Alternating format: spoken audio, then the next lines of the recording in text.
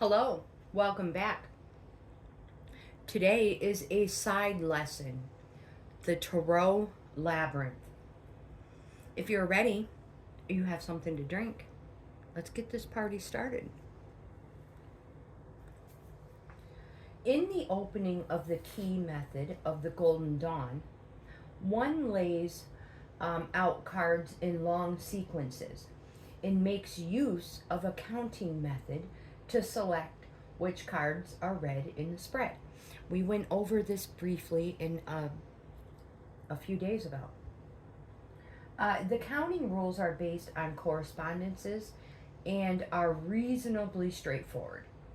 If you know your they're pretty straightforward if you know your correspondences to the majors. Now these correspondences are different for a beginner student and an intermediate student. The latter is able to bridge the tarot to other systems. In the opening of the key, one learns the following rules for counting. There are variations, and given the minor confusion that often occurs, these ones are the best. Aces count as 11. Minors, the 2 through 10s, I just grabbed a couple of them here. These ones count as, they count the number on the card. So a 7 is a 7, 9 is a 9, a 3, a 2, a 5, so on and so forth. They are their numbered card. Pages, here's a page. A page or a princess counts as 7. Knights or princes, queens and kings, these count as 4. Now for the majors, we count according to the type of correspondence present on the card, on that card. Now, whether it be elemental, planetary, or zodiacal. So a major. An elemental is a count of 3. Planetary, a count of 9. Zodiacal, a count of 12.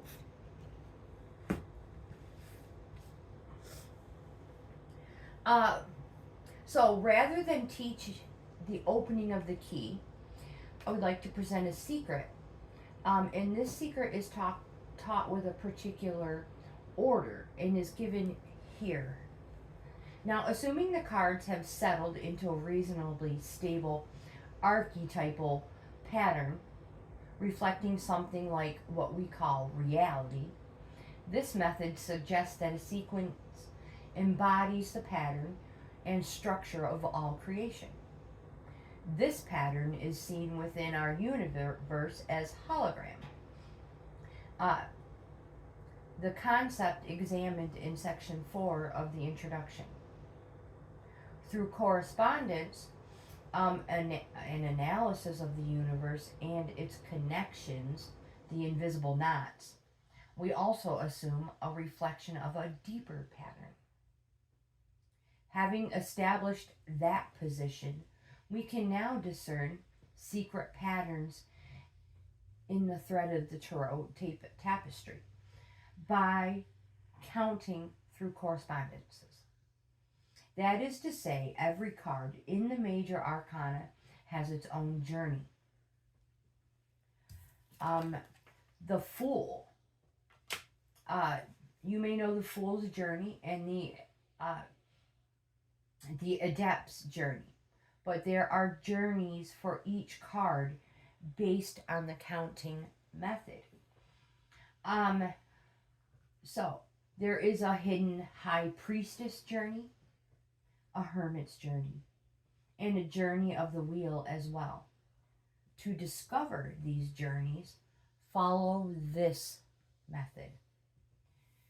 taking the Fool's journey first, starting with the Fool, and in this method you can count the card from which you commence. You count appropriately through the majors based on correspondence. And again, majors, not courts or minors. Majors.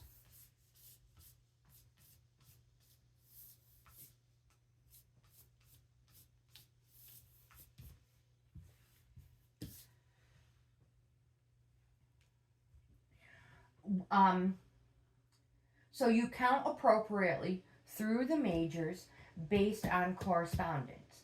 And where the count ends, that is the next stage of the Fool's journey. We've done this previously in another lesson. You repeat this counting until you cycle back through the majors, until you encounter a card that you have already encountered.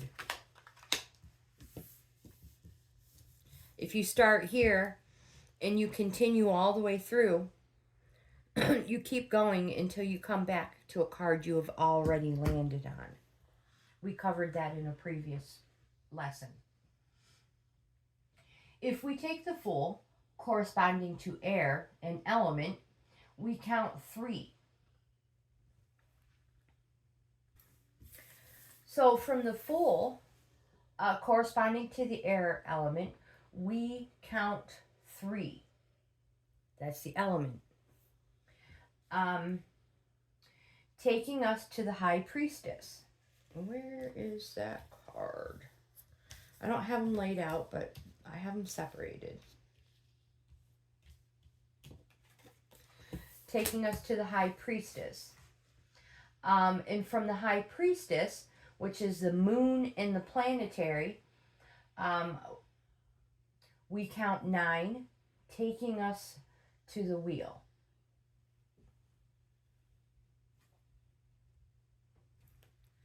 So again, from the Fool, we go to the High Priestess. And the High Priestess is the moon and planetary. We count 9.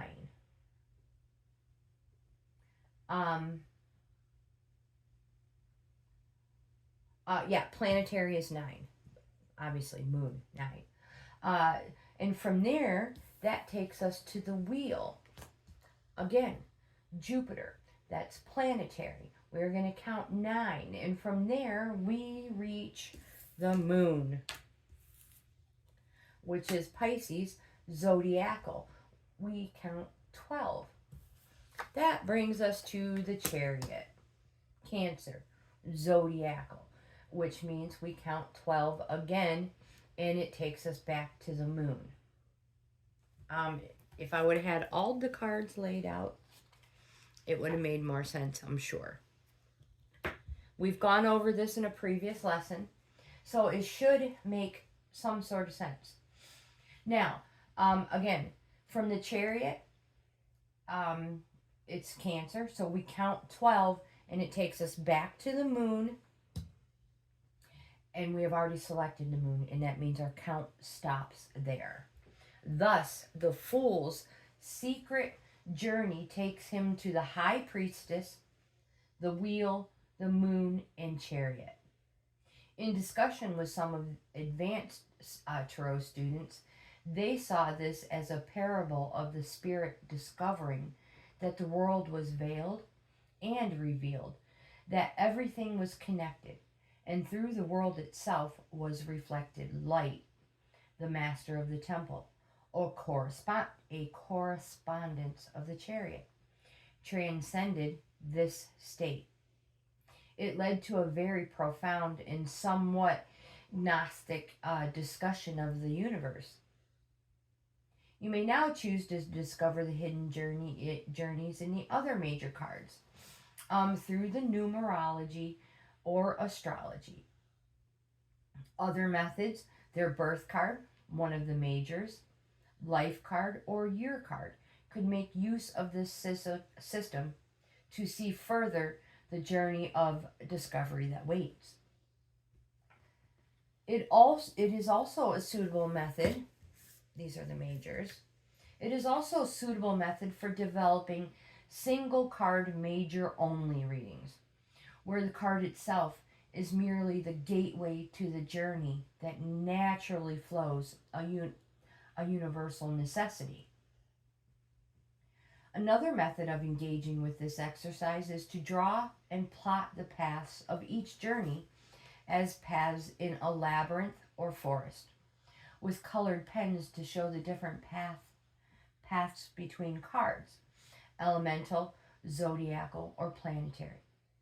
This will show you an incredible garden of paths, forking paths.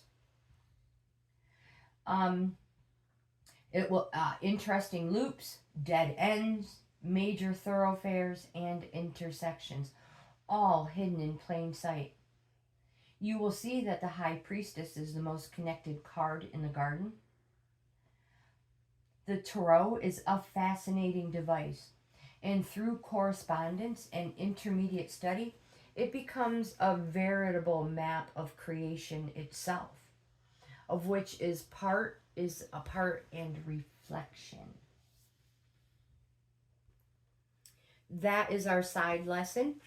If you like this type of content, please give my video a thumbs up. Like, comment, subscribe, share. Most important, I hope you have the best day ever, and I'll see you in the next video.